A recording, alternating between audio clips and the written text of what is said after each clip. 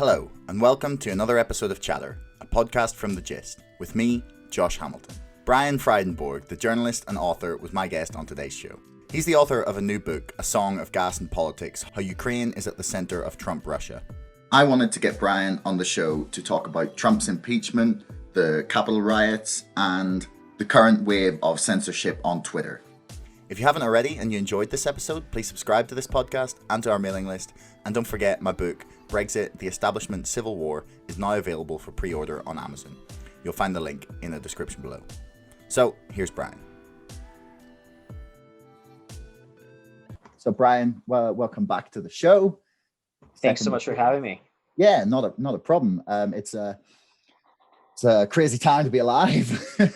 Yes, especially here. And I am, for the record, I'm right outside Washington, D.C. in Silver Spring, Maryland. So, okay, so you're not far away from the action then. Mm-mm. So, I just want to start actually with the question that the thing is I'm most curious about is why impeachment now? I mean, Trump is done in what, like 5 days. He's fairly isolated. There's not really much he can do. Any executive orders he might sign could immediately be revoked. Like, why is it important to impeach him now?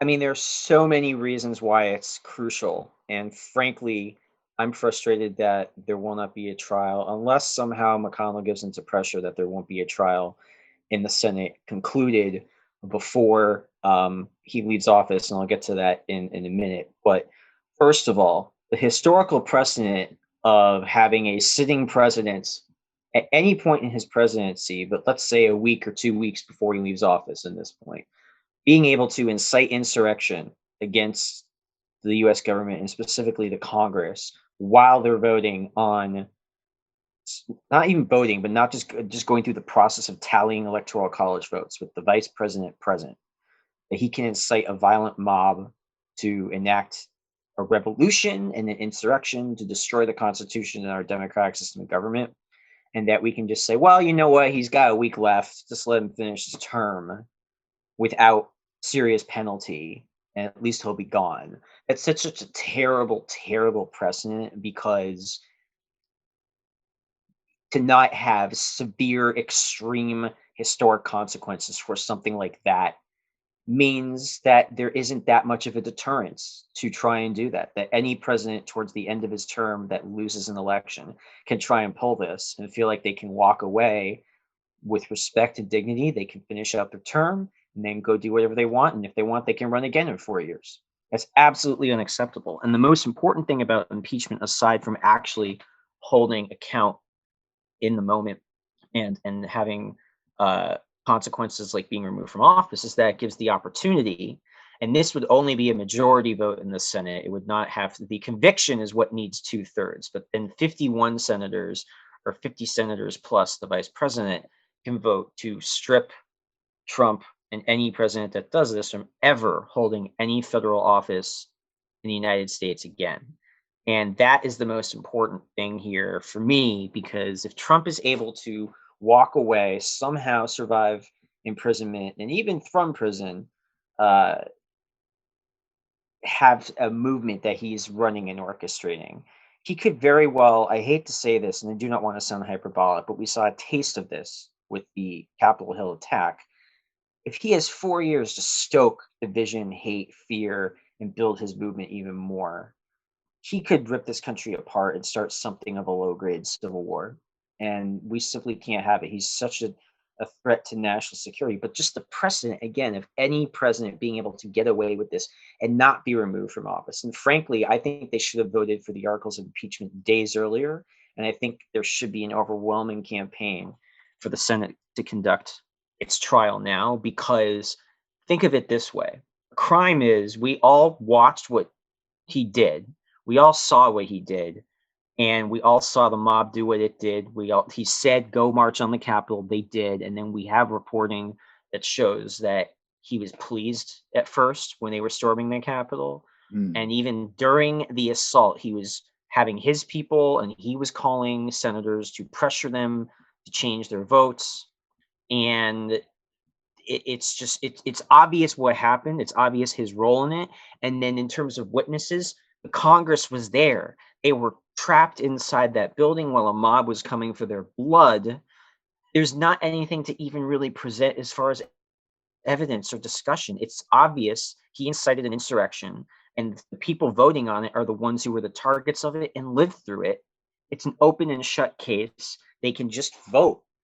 They can just vote, and then history can judge how people vote, but they can simply vote. There doesn't have You can have a few days of formalities, but this is not some in-depth thing where we've got to go into the nuts and bolts of Ukraine policy and State Department cables and what have you. This happened in real time for the whole world to see, and the sitting congressmen, senators, and that members of the House of Representatives, they all lived through it. So this is so extraordinary and so obvious and so dangerous that I think, having a day each for the defense and the prosecution or what have you, a day maybe for Oak, we could get this whole thing done and still voted on before Biden takes office, but it doesn't look like that will happen. So that disappoints me, because in addition to being the only president to ever have been impeached twice and to account for half of presidential impeachments, which is certainly something the history books are going to note, I was really hoping that you would have had him removed for office, that Mike Pence would have been president for just a few days, and that 500 years in the future from now, when kids are asking, Mommy, why is this president just president for a few days? Because that'll stand out so much more than impeachment. It will be such a black stain that no president will ever try and do anything like this again. The consequences and the disgrace and the mark of history will be so severe. But without impeachment, and he just walks away, I think that's a green light to other people in the future who would try to do it and just be better at it the next time. I take your point, especially on the being better, sort of, yeah. Like a lot of people commented through through Trump's whole term that if he was smarter, he would have been a lot more dangerous, or if he was more strategic, he would have been a lot more dangerous.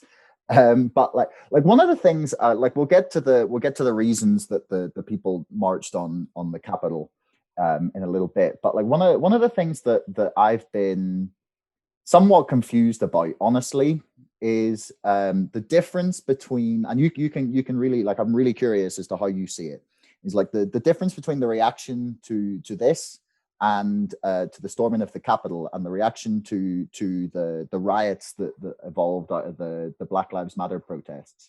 To me, they both seem like people attempting to make their voice heard in a peaceful manner to begin with, something that then escalated into, in terms of the Capitol, people ended up storming the Capitol, or in the terms of the summer, there was something like $2 billion of damage done to both government buildings and private businesses.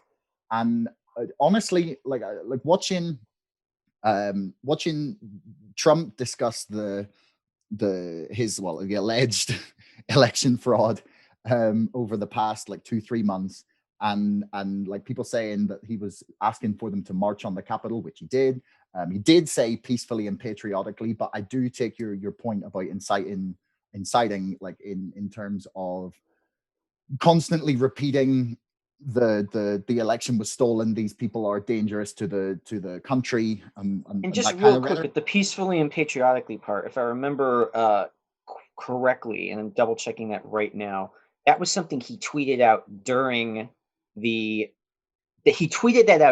riot. No, when they were I'm already there. I'm talking about the speech that he gave before. He definitely said peacefully and patriotically. Okay, yes, that's true. He did say that during the speech. I watched the thing about him is he often dissembles, and he often will say one thing and then he'll say something because he knows he kind of has to, but then he'll imply something different. Because then he was saying, we really got to get tough. Yeah, so he did say that, but that wasn't the emphasis. No, I take your point, but like my question really is like the difference between like the reaction from from a lot of the media, from politicians during the summer, like Nancy Pelosi said there should be like mass I don't know why there isn't like mass uprisings on the streets. There was people calling for like blood. There was what's his name from CNN, Cuomo, saying sometimes protests don't have to be peaceful. And like there was more violent rhetoric as well, talked about during the Black Lives Matter riots. but like, and I take Well, their, did Pelosi say mass uprisings? yeah, Was that she her? was Because I know Louis she was Gohmert like, just said that, but yeah, no, she was in the summer she said like, I'm surprised there's not mass uprisings in the streets. There should be. Like it was quite an offhand thing, but like, just my question is like, I'm confused about like the rhetoric, because like, is one kind of violent protest okay and the other not, or are they both bad, or do you get my point? Like, I'm really confused about like the level of like reaction, because I was horrified by both. I was horrified by like cars and buildings being set on fire. I was horrified when like people like stormed through Washington during Trump's inauguration and they were like smashing windows and stuff. Like, violent protest always is for me always bad. Like, that brings nothing. Regardless of what you're fighting against, which is normally like people's interpretation that the government has gone tyrannical, right? And violent protest just makes the government more tyrannical. Like, it brings crackdowns, it brings censorship, it brings like harsher laws, it brings things like the Patriot Act. And like, do you find that have you like noticed that there's like a difference between the reaction to this like violent protest and the violent protest in the summer? Like how do you view that all? Because this is the thing that's been perplexing me most. sure, and I've actually been having those discussions with some people recently, and I'm happy to get into that. And I'm not going to try and make the issue with the insurrection a kind of a both sides discussion, but there does need to be discussion about some of the issues with protests in the summer and the left as well. I'll just start off by saying I was just researching that Pelosi quote, and the quote that she said, where it was something along the lines of, "I just don't know why there aren't uprisings all over the country," which it was actually, there That's was the a one. lot of social media campaigns that juxtaposed that with the protests and sometimes rioting with the Black Lives Matter uh, protests this past summer. She actually said that um, 2 summers ago, Oh, really? uh, and yeah, so the quote was in relation to the issue with parent separation and migrant children being put in cages and all that around Mm, the border. And her quote was, "In order to do away with that crown jewel, they're doing away with children being with their moms. I just don't even know why there aren't uprisings all over the country, and maybe there will be when people realize that this is a policy that they defend." So she wasn't talking about like armed people or people going into the streets and like destroying stuff, but she meant like outrage and protests and people being really upset about that. So that's from PolitiFact, and that's in terms of her quote, in terms of quote unquote uprisings and all that. mm, That doesn't mean that there weren't people on the left who were calling for more violence mm. and justifying the violence. I'm going to get to that. But anyway, to deal with your question as a whole, we have to step back and look at the larger sense of what was happening. So with Black Lives Matter and the protests in this past summer, you had a pandemic that was absolutely disproportionately affecting people of color, economically and medically.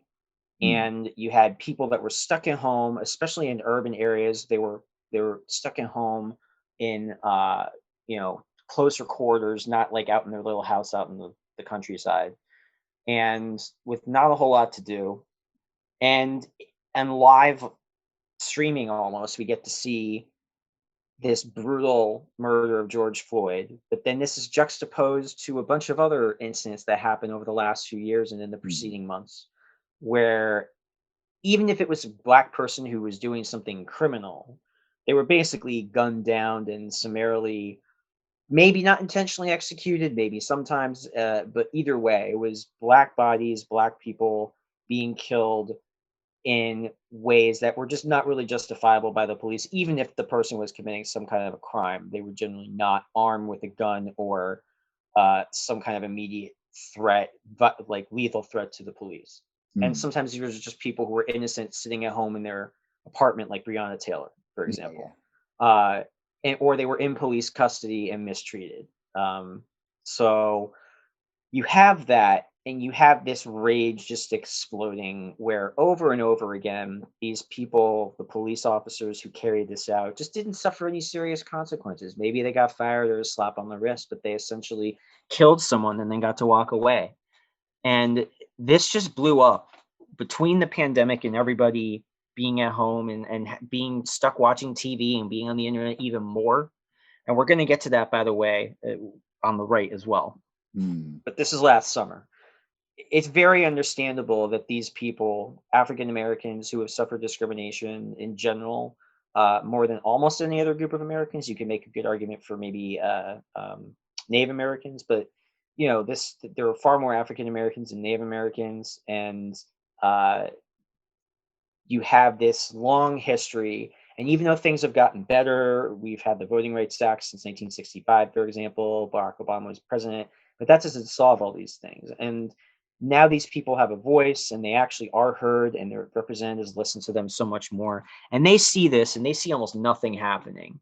And I want to be clear, I'm not justifying the violence. I'm not justifying the burning down a police station. I'm not justifying taking over part of Portland and making it an autonomous zone, which was very much an exception. That was nuts. But that was not something replicated throughout the country. That was its own special little thing. But you had justifiable, I want to make this very clear, you had absolutely justifiable anger and frustration. And again, violence, charging at the police or starting fights at the police or trying to burn down a police department, that's absolutely not acceptable. And people were prosecuted. There were hundreds and hundreds of arrests. I think probably even thousands. I know there were at least many hundreds of arrests throughout. I think I saw there was 19,000 arrests over the whole summer. Okay, yeah. So good. You're more research on that point than I am. 19,000 arrests. But let's again be clear. These were people, most of them, the protesters, and I was in DC for some of these protests. Okay, what you had for the most part were overwhelmingly peaceful protesters, but then you would have at night troublemakers come out, and the police departments that have investigated have found a lot of right-wing white nationalist people were some of the chief instigators and chief vandalizers trying to masquerade as Black Lives Matter protesters. And this has been captured on video. This is from police investigations. But you definitely had some extremist members of, if not Antifa, which is a very small nebulous group, just anarchists that show up for these kind of things, that are always showing up for like the WTO, organization meetings or what have you. And you had some just random looters who weren't really with the protesters, but came out at night when they realized the police weren't around and they could get away with some stuff. And you had some pretty bad nights in LA, Chicago, New York. And those were a few nights really at one peak moment throughout the summer, one kind of peak week. But then almost all the protests beyond that throughout the summer were peaceful. There was not that much vandalism, apart again from some very disturbing nights in a number of major cities at one kind of peak, right?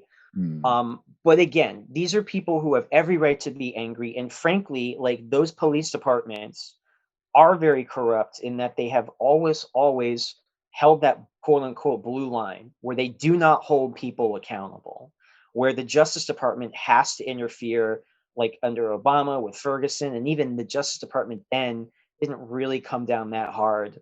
But they just have not held their people accountable. So if I am a Black person and I've had a relative or friend killed by the police or abused by the police or arrested unfairly or what have you, and I throw a Molotov at the police department, that's absolutely wrong. And I'm not justified, but that anger and that sentiment doesn't come from a crazy, insane, like completely illogical position. And again, there were consequences for these people. As you said, 19,000 something people were arrested. And let's look at the federal response. Forget about Washington for a second. They sent federal police into places like Portland and other places, and they were grabbing people off the streets in unmarked vans. Yeah, some of those people were not even, yes. And that was on the orders of Trump specifically. And then I was in DC during these other protests. They had the military out. It was National Guard, but they had the military out. They had Humvees out. They had DEA, ATF, National Park Service. They had National Wildlife, Forest, whatever. They had every federal agency, DHS, Customs and Border Protection, you name it. They had every person out they could in tactical gear, body armor, with guns. And they did not hesitate to use force when Trump wanted a photo op to go to that church. Okay. Contrast that now. Now we're going to jump to what happened recently. You have completely unjustified, baseless conspiracy theories about the election. Okay. And I actually, got to interview recently the Georgia Secretary of State, the Georgia Deputy Secretary of State, and the voting implementation manager. That's Brad Raffensperger, Jordan Fuchs, Gabriel Sterling. This first and third were on TV a lot. Brad Raffensperger was the guy Trump called a couple days into the new year, and I interviewed him 2 days before this to have that stupid Don Corleone, like, can you find some votes for me? It's just 11,000 votes. Come on. Like, that was so blatant. And that got released. That's the guy I'm talking about. Okay. I interviewed him, and you can listen to that. Hopefully we can post a link to that. I interviewed him and his deputy and the other guy who became famous for absolutely calling out. He was the guy more than anybody who first forcefully, as a Republican, said, this has to stop. This is going to lead to violence. People are going to die. We're getting death threats. Okay. And he was just on 60 Minutes. So I got to talk to them, and these were Republicans carrying out their job, like, that wanted Trump to win and supported the Republican Party and were not happy with the outcome, but their job is to count the votes, not to change the votes. And again, there are voting irregularities in every election, and there's such tiny small fractions, they never end up making the difference or an outcome. I mean, you could make some arguments going back to the 1960s, and of course you had Jim Crow and all that. There's a 1960 election which is really close with Kennedy and Nixon, where some shady stuff may have gone down. It seems like it did, but that was a long time ago. We have a much different, much more transparent system now, and there's no basis. There's no factual basis, and there is no evidence that anywhere near enough shenanigans or tampering or irregularities occurred to switch the outcome in any of the states that we're talking about, that were swing states, or to change the outcome overall of the presidential election. So what you had were a largely white mob of people, and this is largely Trump's largely white voters. 83% of his voters are white. And most of these people are subscribing and trafficking in crazy conspiracy theories like QAnon, anti-Semitic, like child sex ring within the government, drinking blood, all this crazy, insane stuff. And they are agitated, and they decide to try to storm Capitol Hill, a lot of them, to kill lawmakers, to hang Mike Pence, to go after Pelosi, to force them, to pressure them, to intimidate them, to change their voting on certifying the tallies.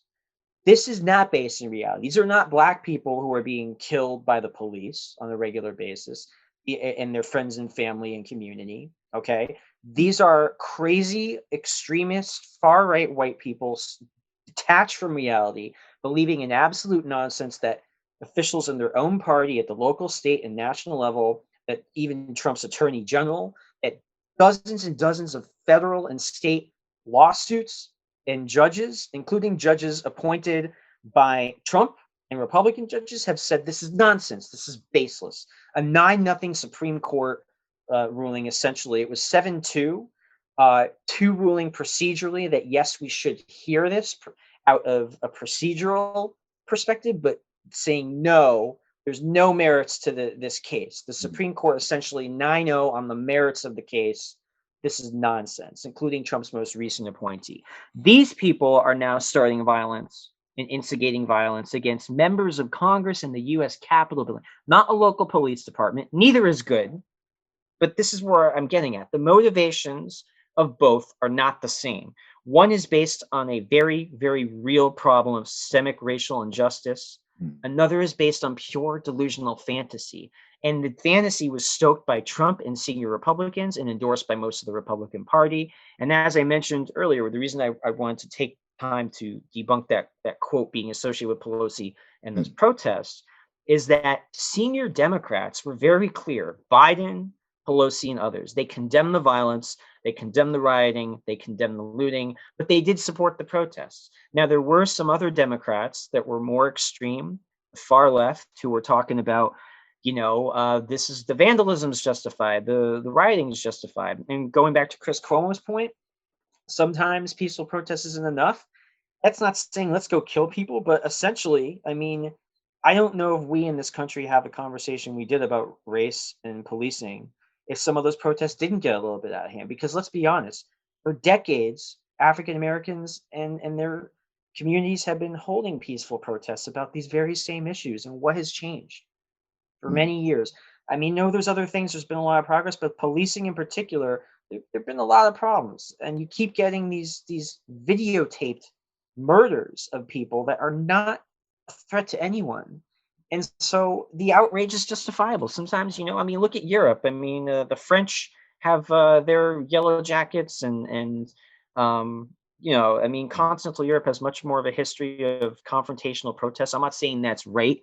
I'm just saying the idea that you look at the Black Lives Matter protests and you can't say that's understandable, maybe even a little bit justifiable, but overall the violence, no. I think that has to be the perspective there. And then looking at baseless conspiracy theories by these held by these Trump people, and trying to say that, oh, well, that's the same as people who have been long oppressed by the government, actually oppressed. These white, I mean, what I want to ask you a question in that, have you ever seen a bigger discrepancy in terms of how the police were mobilized and how they treated protesters than in the Black Lives Matter protesters, and then in these officers helping old ladies who had stormed the Capitol gently down the stairs with the Capitol storming? That really confused me, man. Like, I just want to say, by the way, that like the George Floyd video was fucking horrible. And I'm very familiar with, I've watched for many years some of the disgusting like videos that have come out of America with people just being gunned down, or like I can't remember who it was in Ferguson. Is it Michael Brown? Was that it? That was one of the worst ones I saw. Yeah. And yeah. So I like I said, I get the rage. I really do. But I also like the thing I understand from the Republican Party is now like there's something like 60, 70, maybe even 80% of Republicans don't trust the election result, right? Yeah, and it's even now 75%, between 66 and 75% of Republicans approve of Trump's behavior. So this is the next thing I want to get to is like, right, okay. There was a lot of like bullshit going around on the internet about different things in the election. There was also like some things for me that raised some legit questions about what was going on. Like there was like hundreds of sworn affidavits that like that's under oath. Like and for me, if you have that high a percentage of people not trusting an election, it's the federal government's as a whole responsibility to prove and show these people that the election was okay, or it doesn't get any better. Do you get my point? Like, I feel like their utter dismissal of any, like, I feel like it was a serious fucking idiotic move from them to storm the Capitol while they were meant to be like presenting the arguments that they had for like voter fraud and stuff like that. And then they didn't end up like presenting the arguments in Congress because that was their day to do it. Like, that was their moment to have their day in court or as such, and like to show people what they had essentially. But I guess I got to disagree in that they already went through dozens of, over 60 state and federal, and including a Supreme Court. Okay, they had over 60 times where they was a bit. It wasn't really like challenging the things that I think like credible people were questioning about the election. Like some of the things that confused, like it was Texas were challenging different laws in some of the swing states where they had like changed the way they were accepting or mail-in ballots, and they were challenging that on a constitutional level.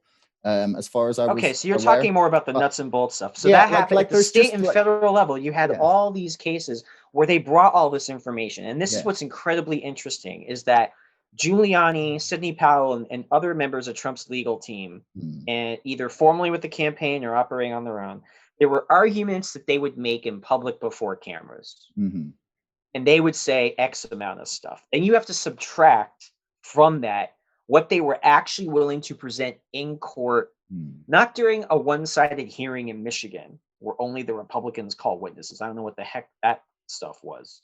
I'll get to that in a second. That was with the drunk woman that they parodied on SNL. Oh yeah, I mean, she wasn't a good example. There was more credible testimony for. Well, but here's the thing. But So like, what again, you had with that, and this is important. This is really important detail. What you had with that, because I watched a lot of that interview. So she was obviously the most easily parodyable person there. Yeah.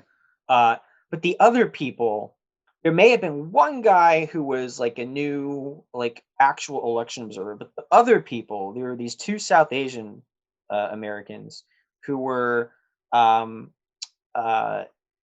tech people. They were there to audit, observe like the technical aspects of the equipment. They were not trained election observers. So what you had, because like, but I think was their query many not based on the voting machines being connected to like outside servers, and they were claiming that is that made them all that Dominion stuff. Compromised. Yeah, I mean, and actually, if you listen to my podcast with the Gabriel Sterling and Brad, they talk about this whole Dominion thing as well, because they use those machines in their state. And there's a paper trail. They audit all this. They make sure, like, if somebody puts in the same vote 100 times and is trying to like gin up the count, at the very end of everything, you'll see these are all the ballots we received, and here's the number of votes that came out. And you would have seen that, there's a discrepancy. And then they would have found that one vote was counted 100 times when they did the audit, which they did do after, right? Yeah. And the problem with some of these other people with these affidavits is what you had is, I think, a fair number of people who honestly just were not trained election workers, were there in different capacities, like the IT people, and they looked at some stuff and like, whoa, this looks pretty sketchy to me. It looks like they're triple counting ballots, not understanding exactly how the audit process would go after, and that this was going to be something that would be addressed. And so I think several of those people, as I mentioned, the two South Asian Americans, I think they were honest people. One of them was very clearly an ideologue. Her statement in the middle of her testimony, she says, "I don't listen to secular music."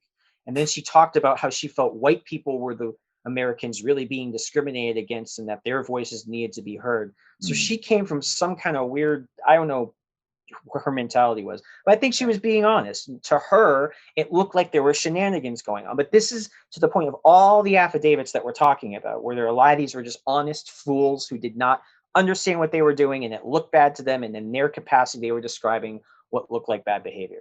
You had hundreds of people at all of these locations for the most part. You had people from both parties and independents as observers and adjudicators when there was a dispute about a ballot. All right. And a lot of the times what you had were people from the Trump campaign who wanted to get in. And this is already socially distanced for the most part because of coronavirus. You can't have the same number of people as you normally could. So you had these claims where people weren't let in. These were Trump campaign officials. There were already Republicans in there. And you had hundreds of people in these rooms. And if 1, 2, or 3 people has an affidavit that they thought they saw some crazy stuff, and the other 100 people or 97 or 200 people or whatever are saying, no, everything was fine, they just didn't understand what was going on. And that's essentially what happened in the court cases. You would have these affidavits and other people, and then you would have judges rule, as in the case of the people in Michigan, who sounded more credible than that Melissa Caron woman. They would be ruling and saying, look, this person's testimony just is incredible. They're not they don't understand what they're talking about, because you had the state then. This wasn't the televised Michigan hearing, which was just the Senate and House Republicans in Michigan having Giuliani and his people come and testify without the Democrats having freedom to really question or bring witnesses. The court case, the court hearings, you had the state bring all kinds of statements from people who were there and also election officials debunking and corroborating each other, right? Whereas the other side was a few isolated people that didn't really corroborate anything apart from they just had their own testimony that did not necessarily match up with the other people Giuliani put forward. They had a theme that they agreed on, but they did not corroborate the details of what they saw, one person to one person. So when you have 100 people in a room and 2 or 3 people genuinely believe they saw some crazy stuff and don't understand it, and they put out an affidavit, and then you have all the other people and no one says anything, right? So that's what we're dealing with. So yes, there were these individual statements that if you just take them by themselves look like, And there are issues where like certain rules maybe weren't followed about this and that. I mean, you have thousands and thousands of polling places and election officials. Not everyone knows all the rules properly, but in general, what you have by far, with very few exception, is very few irregularities to the point that any election would be overturned. Because you always have these problems. You always have an accidental ballot here, a ballot lost there, but it does not determine the outcome of elections. So I just wanted to address that. I know I went very detailed there, but that's all right, these affidavits weren't. Yeah, these affidavits were not corroborated by any significant number of people that were this was not a room of 5 people and like one person's blowing the whistle and 4 other people were in on the conspiracy. This is dozens and dozens and hundreds of people, local election officials of both parties who are not co-opted by this Trumpist movement, but just take this. They've been doing this for years. They take this seriously. They're there to honestly try and count the votes, not to try and stack one side against the other. Even when there are people like that, the vast majority of these people are the first category I described, and they're there to catch that stuff. And so you had all these checks and balances. You had the media being able to observe most of the time, and even if not for various reasons, you still had Republican and Democratic elected officials throughout the process observing. I guess for me, like one point actually, very quickly, is that I have no idea why you would trust machines made to count your vote. Like in the UK, everything is counted by hand, and that just seems like the smartest way to do it. You can't fuck with someone counting by hand, and if you do, you can just count it again. It's a great system, you know. I honestly don't get why there's the need for voting machines, because like if we can count how many votes we've got in the UK, like surely just by scaling it by the number of people you have in America, you should be able to find loads of people to count it by hand. But anyway, I guess my question to you is, I'm actually curious about this with the UK. My question to you is, who counts the votes? Are these paid government officials? I'm not sure if they're paid or if they're volunteers, actually. But yeah, because in the US, a lot of it is volunteers, right? I mean, like you could pay you had them a lot of people. the money you would spend on the voting machines. I agree. I think we should. Although the machines are cheaper. But what I'll say about that is yeah, you can be sure no one hacked it if there's no machine. Like, well, with Georgia, for example, what they did was a hand recount after the machine counts. They did a hand recount. And when there were some problems with machines in certain counties and other places in the country where the machines weren't working, they then did it by hand. And so you had audits and certifications, many of them hand recounts, and especially in the really close swing states, because like they requested recounts in different places, in different counties, and they were shown to be accurate. So like there were concerns about the voting machines, and then the system has these checks and safeguards, and in each case they were shown to have been okay. I'm not against the idea of having it be, hand recount, but what these are doing is they're counting. There are paper trails for the ballots, and then they're counting often paper ballots. So it's not some like centralized online system where like the Russians can hack into the internet and just start doing whatever. It's no. I mean, I think there was some. They found some of the voting machines were connected to the internet for whatever reason in a couple of different places. But like, right, I want to get to. I don't want to get bogged down in all these kind of tiny technicalities. I'd like to get to like how the country like attempts to like move forward. Because for me, the best thing that the Democrats could have done would just be like, okay, no problem. We're going to have 3 days with lawyers in Congress, and you're going to present all your evidence. Come on, come on, get your fucking dick out. Let's see what you got. Like, and then if there's nothing, then there's nothing. Like, I don't like. For me, it's always like sunlight is always the best disinfectant. Like trying to removing Trump from Twitter or like deleting Parler and all of these things, it just like adds fuel to the fire. Whereas for me, the best thing is like you just stop and go, right, come on, let's do it then. Let's, you've been demanding your day in court, let's have it out. Like, come on, let's see it. Like, and then have it done. Like, and then it's out there, like he's had his opportunity to present this, all this evidence that they claim to have. And like for me, that would be the most sensible thing to get rid, like in order to get people to then trust in the system again. Because like for me, the most scary thing is that like 60-70% of Republicans still don't trust the election. And like, how do you think America tries to, like, I don't know, come back together and you know, have like a more of a, I don't know, like a common, I don't know, I don't want to say culture, but like just that they don't become, you don't become even more divided because of this. Like what are your thoughts on that there? Well, I definitely want to get to that because that's incredibly important, and it's the most important question this country has right now. I do want to briefly address a couple of the points you made. That I generally agree with you that sunlight is the best disinfectant, up to a point though. And that point for me is, like a lot of people, for example, Ann Coulter's this very right wing kind of extreme person, but she has a certain logic. She may have some of her facts wrong, but she's not completely lying and just making stuff up. She presents an argument that very much should have a light shown on it and have a credible person debate it and expose it for how bad it is. Okay.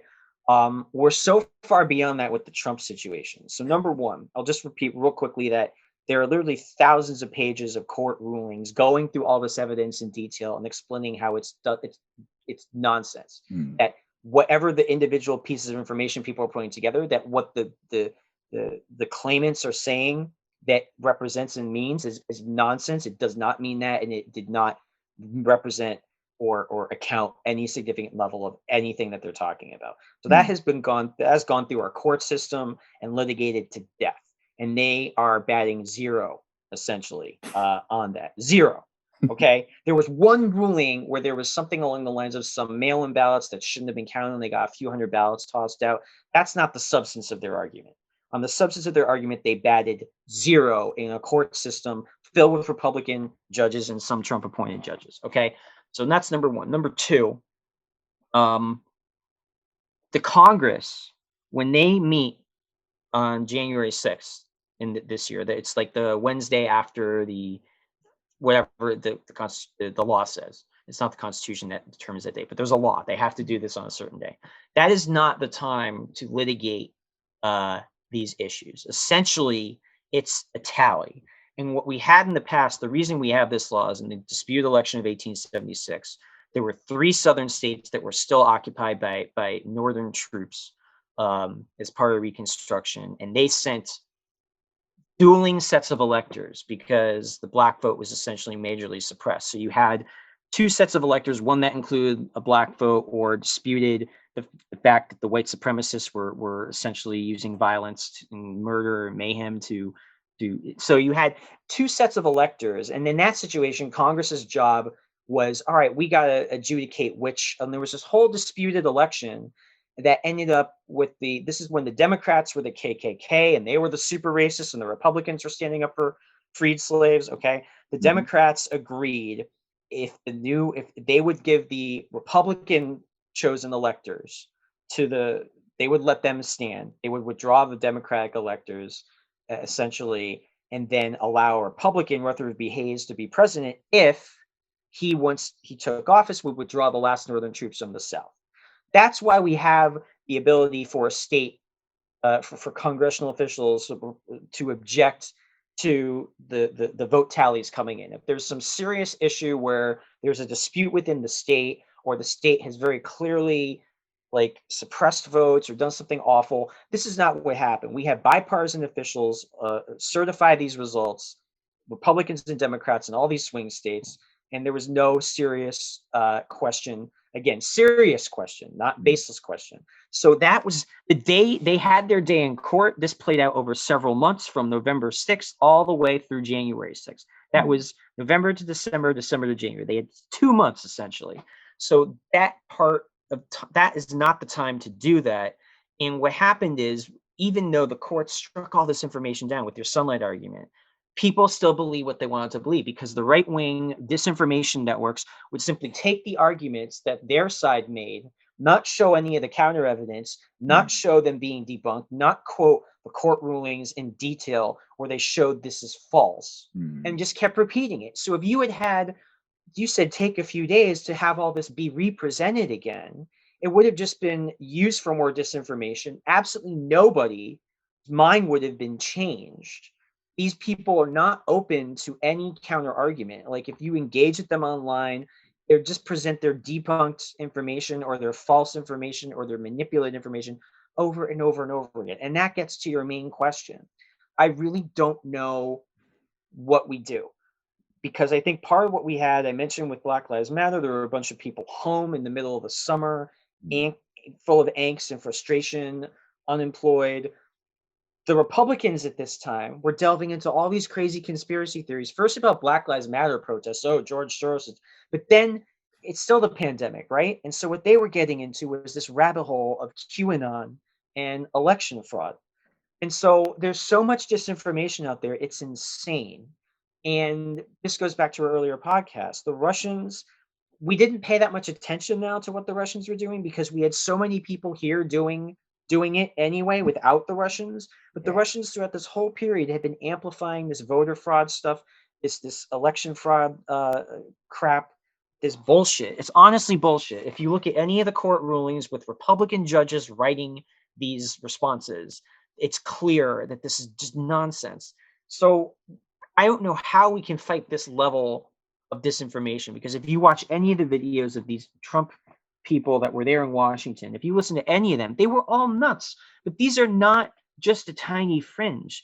I mean, if Trump had 74 million people voting for him and 2/3 to 3/4 approve of what he's doing now and believe in this stuff, even though it's been debunked and the information is so readily available, it's out there. You can listen to Republican officials, the ones I interviewed, people who supported Trump and wanted him to win, but are just doing their jobs and saying this is nonsense. It has to stop. It has no effect. They want to primary these people. They say they want to impeach them. They actually want to kill these people.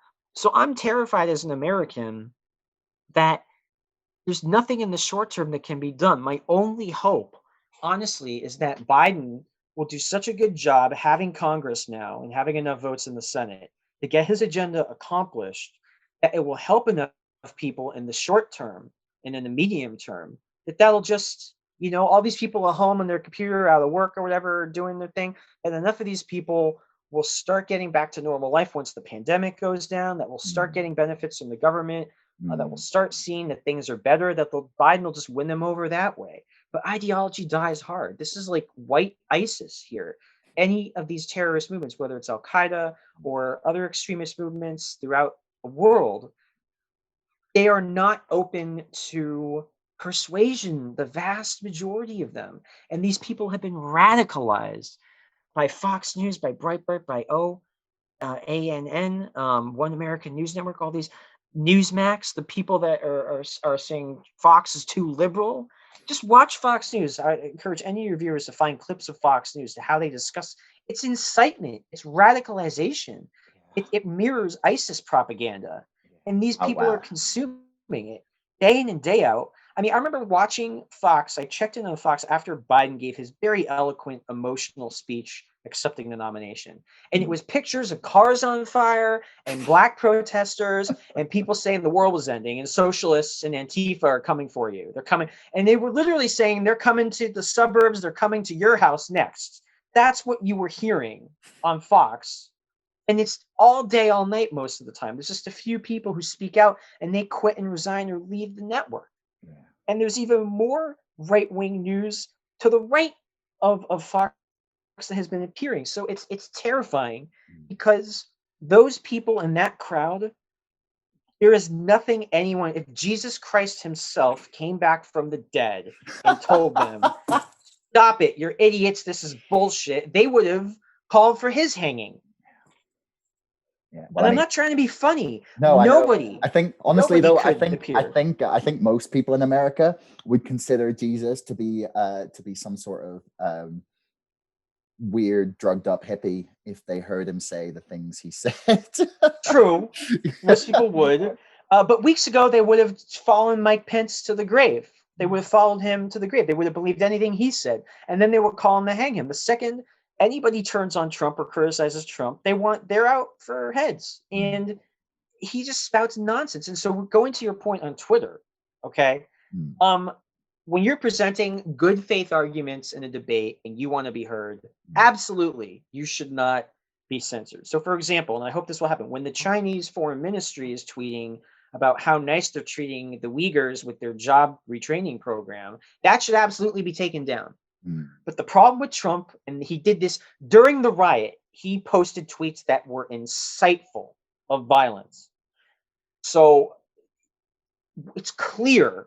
And even when he gave that video where he's like, "Oh, go home, BP, whatever," he didn't even say "go home," I think. But there was that video, not the first video, but the second video. Said, "I love you. You're super people. It's a wonderful day, but go home." But then after that, he posted another video that was more muted and was more condemnatory of the violence. And then within 24 hours, he was telling his people, "I shouldn't have done that. I regret it." And on the plane to the Alamo this past Tuesday, he was telling them, "I still won the election." So you cannot have people use these platforms to continue incitement and to spread total lies and baseless claims and misinformation and disinformation. And that is what Parler became, a hotbed of extremist organizing and misinformation and disinformation. So ultimately, if these platforms are being abused that way, you have to stop it. You've got to limit it. You can't listen, no one says Al Qaeda and ISIS, where's their freedom of speech? Aren't they entitled to their videos? Well, they're just making points about Western imperialism. Just to note, the thing that disturbs me about the Trump ban is that Viktor Orban, Erdogan, Vladimir Putin all still have Twitter accounts. Like, it's just, for me, it seems to be like quite an understandable, but I think heavy-handed reaction from Silicon Valley. Like, it's, for me, I was writing about this today for my second book, and like we have to. There's something that has to happen in America or in the whole world, probably, where we have to like actually have a legit discussion about how far freedom of speech goes online.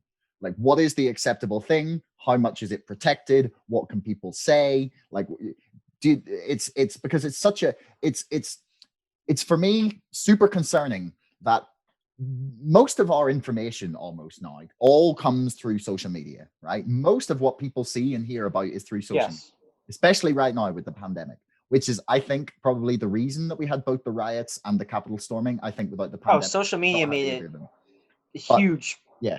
So huge contributor, yes. Social media is, but like our sphere of what we see and hear is under the control of about 5 or 6 people who are all in contract with the federal government for one thing or another, and are happy to hand over all our personal information to the NSA or MI5 or whoever asks for it from whatever government.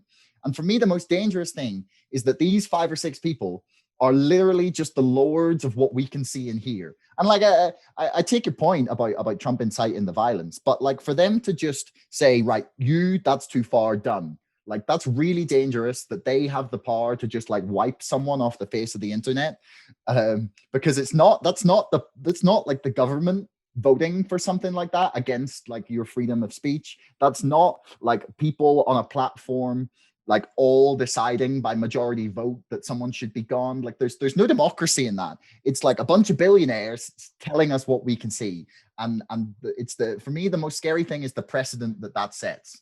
Is like, well, I absolutely agree in principle with everything you're saying. Like, I first of all, I hate Twitter, I hate Facebook.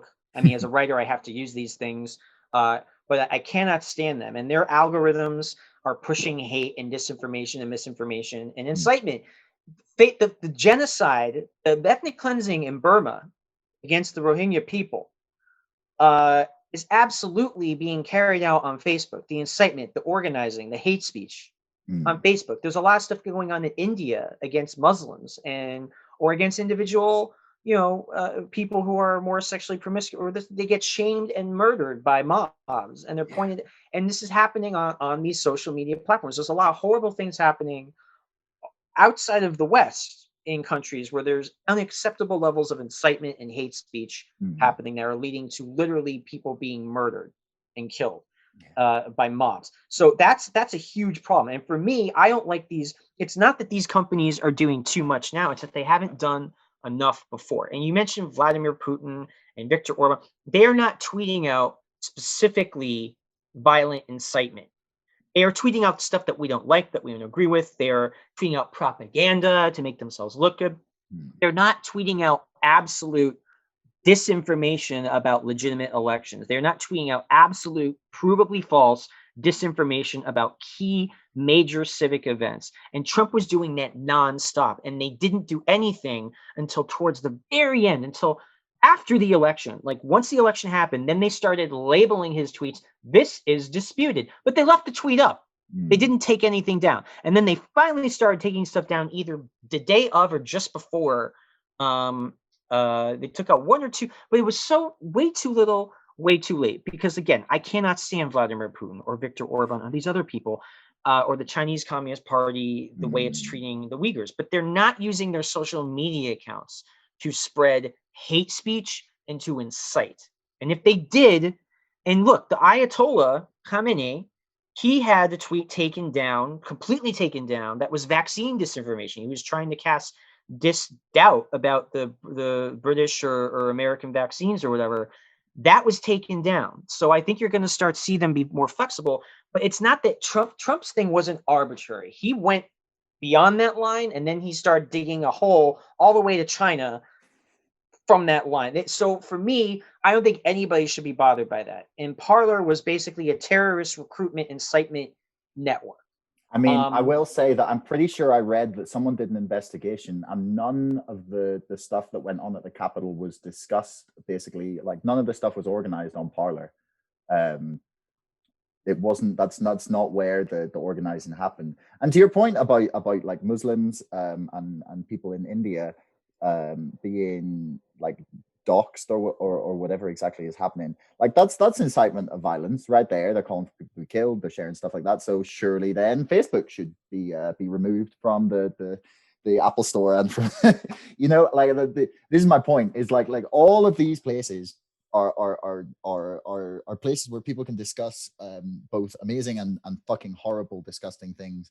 And I think that the decision to remove Parler was a bit of a mistake, because it's setting a standard that the rest of the social media platforms can't stand up to. So but anyway, well, I'll have to look into the Parler thing, but I agree completely with you. It should not be arbitrarily up to these executives. And I think you're going to see with the Biden administration, you're going to see legislation about regulating these social media platforms in terms of hate speech, incitement, disinformation, and misinformation. For me, those are my four categories. Anything else is fair game. Okay. But those four things, and the disinformation, misinformation are harder to adjudicate. But you know, the vaccine tweet from the Ayatollah Khamenei in Iran, clear. That's easy. And the real problem that you're going to have is that it's not free speech, in the sense that if these people really want to spew their hate and their complete disinformation and their right-wing extremism, they are free to set up their own network and to have their own distribution chains, because these are all private companies and they don't have to, you know, there's no law, there's nothing in the Constitution that says this private company has to guarantee this app or this platform. They are free to put up their billboards like the Christians do with the Jesus Wants to Save You throughout the South. They're free to use Clear Channel and other right-wing friendly platforms.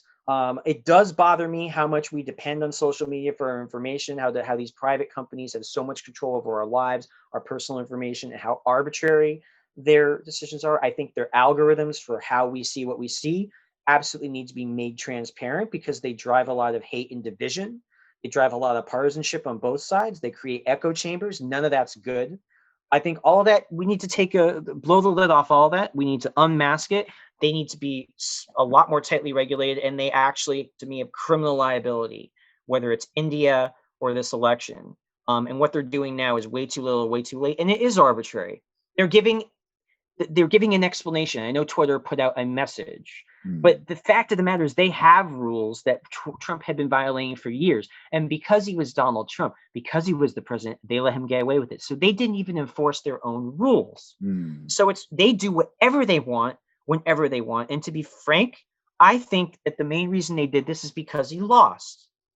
And they were seeing a sea change of the amount of people coming in on the other side. And for years, when Trump was in charge, his platform, or his tweets gave Twitter and all his social media activity was great business for these social media companies. They made a killing, pun intended, off of his activity on their platforms. But now that he's more disgraced and a pariah, now they turn on him when it's beyond the pale. It's so obvious.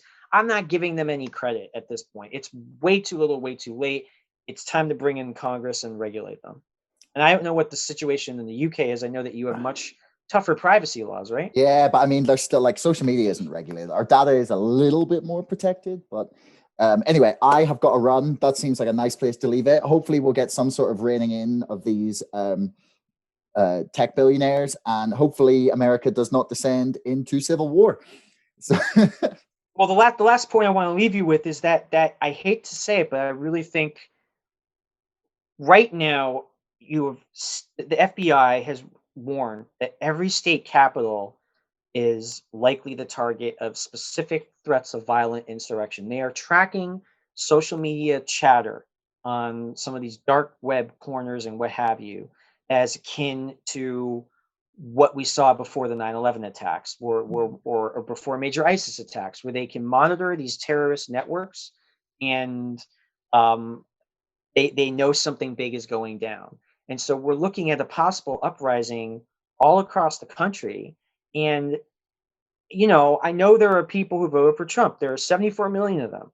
And I know the vast majority of them support him. But the ones, and there's not just a few of them, this is not just 5 or 10%, they are supporting violent uprisings and terror. Literally, you had Republicans during the impeachment vote, 4.7%, 10 211 voted to impeach. But you had other Republicans who told their colleagues in tears that they could not vote for impeachment because they were afraid of their lives. They were afraid for their families' lives. That is the definition of terrorism. You are using terror to influence politics and change how people vote or behave.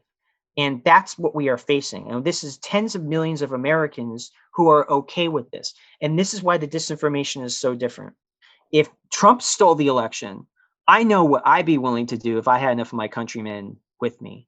I know that I'd be surrounding the White House and Congress if they were literally completely illegitimately stealing the election and giving votes, electoral votes, to Trump that he did not win through the vote. These people actually believe that's happening. And so you understand they're completely wrong. And I'm sorry, they're dumbasses for being manipulated and allowing themselves to be manipulated by easily verifiably false, crazy reporting, quote unquote reporting. But if they believe that for real. So this is the most dangerous moment in the history of the United States since the Cuban Missile Crisis and since the Civil War. 9/11 was nothing, honestly. Like, 9/11 was terrible, and several thousand people died, and that was awful. But Al-Qaeda was never going to destroy our government or take over. Even if a plane had hit Congress, we would have rebuilt it and just had new elections. Like, the system was not under mortal threat. The system is under mortal threat right now, and that's why they took Trump off social media, because if he was allowed to persist, it would be so much worse. And even without him on social media, the American Republic is facing its greatest threat since the Cuban Missile Crisis, and the greatest internal threat since the Confederate armies, the rebel armies, the traitorous rebel armies of the Civil War were threatening Washington in 1864. And that's the closest a rebel Confederate battle flag, Fort Stevens in Washington to the north of the Capitol, ever got to the United States seat of government until people brought the rebel flag in during Trump's insurrection. Yeah, that was a bit wild. But things might get wilder. Things might calm down. We'll see what happens. But Brian, thank you very much. It has been an absolute pleasure. Thanks so much for listening. If you haven't already and you enjoyed this episode, please subscribe to this podcast and to our mailing list. And don't forget, my book, Brexit, the Establishment Civil War, is now available for pre-order on Amazon. You'll find the link in the description below. Until next time, thanks for listening.